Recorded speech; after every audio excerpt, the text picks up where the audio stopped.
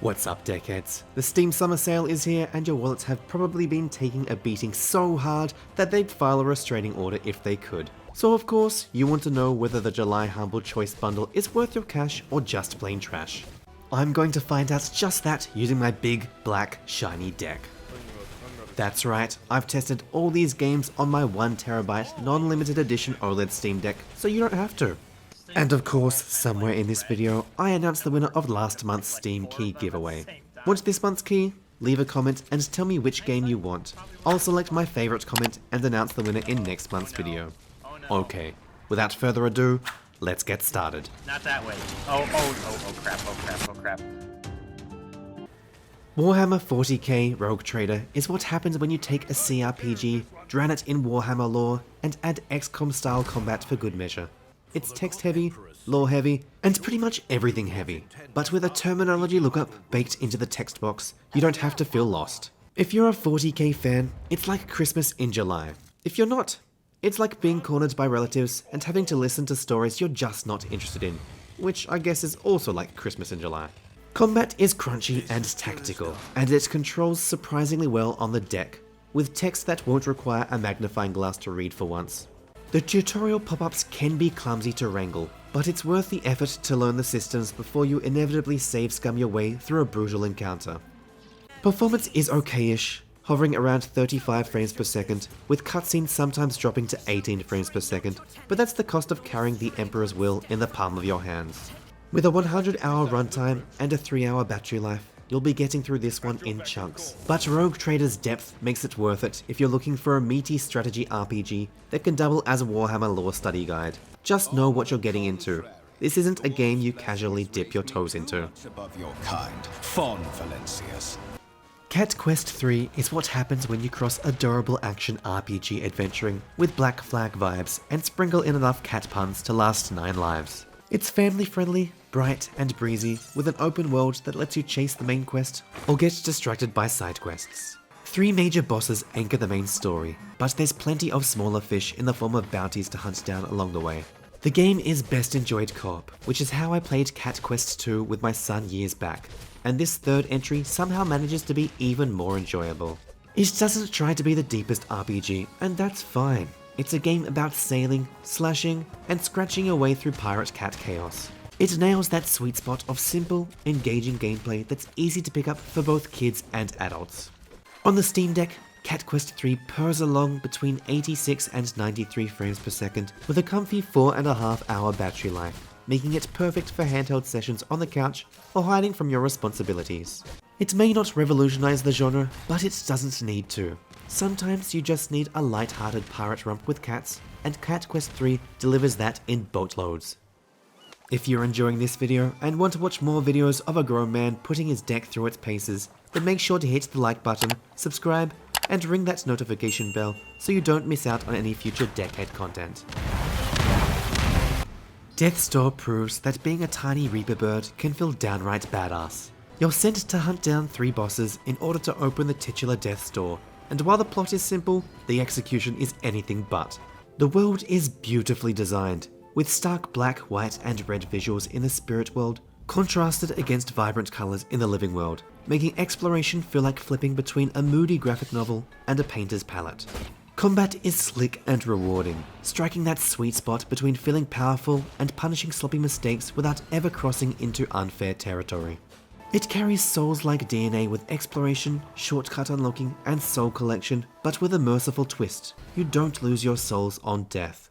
On the Steam Deck, Death's Door runs beautifully between 60 and 85 frames per second and a battery life of 3 hours. The soundtrack is so stunning, it deserves its own reaping contract. It's one of those rare games where even the downtime between fights is engaging simply because the world is so captivating.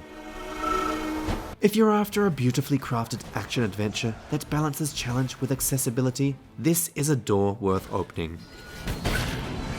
Daemon x Machina is what happens when you mix Monster Hunter and Gundam in a blender, pour it onto your Steam Deck, and crank up the metal soundtrack to 11. You play as a merc in a world where AI have gone rogue, piloting a giant mech to take them down in missions that are equal parts flashy spectacle and loot grind. The storyline is typical anime fare. Heroes, betrayal, end of the world stakes, And while one or two of the voice choices for characters do feel cringy, 落ち着いてよおじさん the Japanese voice acting is decent overall.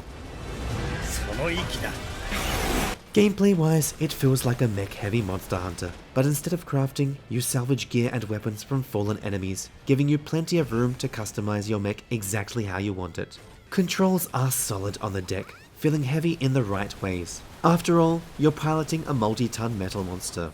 Missions are punchy, the customization is addictive, and the soundtrack keeps the adrenaline pumping as you boost, bash, and blast your way through AI hordes. Performance on the Steam Deck is near perfect, sitting locked at 90 frames per second with rare dips to 86, and battery life stretches to a solid 4.5 hours. Visually, it looks stunning on the OLED screen, making this an easy recommend for anyone craving their next mech fix. If you're in the mood for anime chaos and mech customization, Daemon x Machina absolutely delivers. Wizard with a Gun is what happens when Magicka and Don't Starve have a chaotic twin-stick baby, then toss it into an extraction survival loop to see if it still lives. You're exactly what the title says, a wizard, but with a gun. Because apparently, magic alone isn't enough to keep the apocalypse at bay. The controls are slick, the aesthetic is charmingly grim, and the game even hits you with Overcooked-style musical notes when you hover over menu options, which is a small but delightful touch. This is a game with a lot to learn, so don't be like Stealthy Shiroean and me and skip the tutorial unless you enjoy repeatedly asking, wait, how does this work? It's an extraction survival game at its core, meaning you'll be looting, crafting, and running back to your base, only to do it all over again while blasting enemies with magical bullets. In co-op, the gameplay loop is addictive and easy to lose hours to. But solo players might find the grind creeping into repetitive territory faster than you can say Wingardium Leviosa. On the Steam Deck, Wizard with a Gun runs well, hovering between 52 and 61 frames per second, with occasional dips to the low 30s during autosaves and story loads. The 4-hour battery life is a sweet spot for extended play sessions. If you're after a twin-stick roguelike survival game that's best enjoyed with a friend while you berate each other for forgetting to stock up on ammo, Wizard with a Gun is a chaotic but satisfying spell-slinging ride. Not that way. Oh crap, oh crap, oh crap. It's time to announce the winner of last month's Steam Key giveaway. I had some great comments, I got funny messages, I got dad jokes, but there is no doubt in my mind. I had to give it to you, Justin Martin 4070, for that banger of a comment. Right out of nowhere, you hit me with this poem and used that same poem to tell me the game you wanted. It was original, and after those few seconds it took my brain to process, it's genuinely made me chuckle. Make sure to send a chat message to the Reddit user Decusheadus to claim your key. As for the other viewers who missed out, don't worry, there are still more keys to give away. Just leave a comment telling me which games you want. But keep in mind, a poem might not work next time. Or it might, who knows? Oh. Neocab is what happens when a visual novel decides to actually do something interesting and hits the neon-soaked streets. In this game, you play as a taxi driver in a cyberpunk future where emotional stability is as hard to maintain as your Uber driver rating.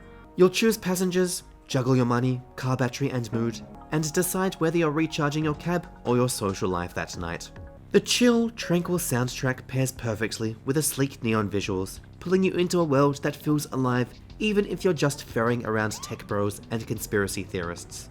Conversation choices are where Neocab shines and sometimes stings. Your emotional state, displayed on a bracelet like a socially acceptable mood ring, directly impacts what dialogue options you can pick, which can turn a simple chat into a tense balancing act.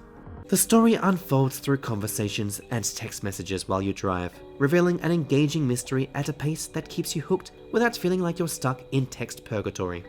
The game controls well on the deck utilizing the trackpad, and performance is a smooth ride, sitting between 60 and 90 frames per second, and with a battery life of 3 hours. Long-time viewers know I usually control Alt-Delete out of visual novels faster than a gaming company lays off its employees, but Neocab was a genuine surprise. The added layer of interactivity, choosing your passengers, planning your route, managing your emotional state, makes it feel more like a game than a novel, while still delivering a thought-provoking narrative in a relaxing manner. Neocab is a great game for unwinding on a couch or in bed at the end of a long day, which is why I'm giving it the Deck Play Under the Covers award. Everafter Falls kicks off with you getting hit by a car, which is already more action than most farming sims manage in their entire runtime. You wake up in a world of talking animals, questionable realities, and the usual clear, plant, grow, sell, repeat loop you'd expect from a game that clearly knows its Stardew Valley and Harvest Moon roots. But it's not all sunshine and carrot seeds. There's a darker undertone here, and the addition of dungeon crawling makes your cozy life just a little less predictable, in a good way. Gameplay quality of life choices actually feel like the devs respect your time for once. No stamina meter means no collapsing in the field like a malnourished child, and your pet, which let's face it, is probably an animal villager you enslaved, will do the watering and tilling so you can focus on the fun. Holding A to confirm actions only when you release it saves you from misclick disasters, and the map's character tracking feature is a godsend in a world where NPCs have a nasty habit of wandering off when you need them. The game runs at a flawless 90 frames per second, with a hearty 6-hour battery life on the deck, making it perfect for long cozy sessions. The fishing game is surprisingly fun, and while the art style feels a bit like it couldn't decide between retro and modern, the game's charm and thoughtful mechanics shine through. Everafter Falls is a solid spin on the genre that does enough differently to deserve your attention, even if it might not dethrone the genre giants. Blanc is a short, heartwarming tale where a wolf cub and fawn become the unlikeliest of co-op buddies, proving that even natural enemies can work together when there's platforming involved. The game has no words, relying entirely on visuals, music, and sound effects to tell its story, like a classy French film, but less pretentious. Gameplay is as simple as it gets. Move, jump, interact. It's not meant to test your reflexes, but your ability to work together. The hand-drawn black and white art style is stunning on the OLED deck, locking in at 90 frames per second with a cozy 3.5-hour battery life. Heads up, the game requires epic online services, which will put you through 4 different installation processes, and for some reason failed to launch the game after completing it for me. However, since booting up the second time, I haven't had any issues even with Wi-Fi turned off. But this game does have one major drawback on the deck. It's strictly 2-player co-op only. No solo mode here, so if you want to play handheld, you're best getting your friend or that neighbor who steals your Wi-Fi to join you online. That's right, Steve. I'm onto you.